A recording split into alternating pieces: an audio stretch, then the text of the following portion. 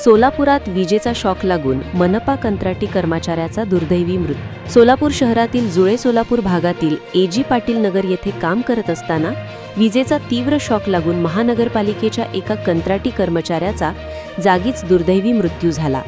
ही धक्कादायक घटना आज बुधवार दिनांक 20 मे 2026 रोजी सायंकाळच्या सुमारास घडली। इस्माईल सलीम पटेल वय 32 राहणार गजानन नगर होडगी रोड सोलापूर असे मृत पावलेल्या तरुण कर्मचाऱ्याचे नाव आहे। मिळालेल्या प्राथमिक माहितीनुसार इस्माईल पटेल हे सोलापूर महानगरपालिकेत कंत्राटी कर्मचारी म्हणून कार्यरत होते। आज सायंकाळी ते एजी पाटील नगर परिसरात आपले शासकीय कर्तव्य बजावत असताना अचानक त्यांना विजेचा तीव्र झटका म्हणजे शॉक लागला। शॉक इतका भीषण होता की ते जागेवरच बेशुद्ध पडले।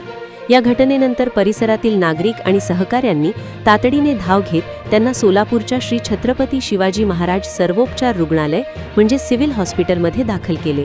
मात्र डॉक्टरांनी उपचारपूर्वीच मृत घोषित केले। इस्माईल यांच्या अकाली आणि दुर्दैवी निधनाची बातमी समजताच सिव्हिल हॉस्पिटल परिसरात त्यांचे नातेवाईकांनी आणि मित्रांनी एकच गर्दी केली होती। अचानक घडलेल्या या वज्राघातामुळे मृतकाच्या कुटुंबावर दुःखाचा डोंगर कोसळला आहे। मृत इस्माईल पटेल यांच्या पश्चात आई, वडील आणि 3 बहिणी असा परिवार आहे। कुटुंबातील कर्ता तरुण मुलगा गमावल्यामुळे गजानन नगर परिसरात हळहळ व्यक्त केली जात आहे।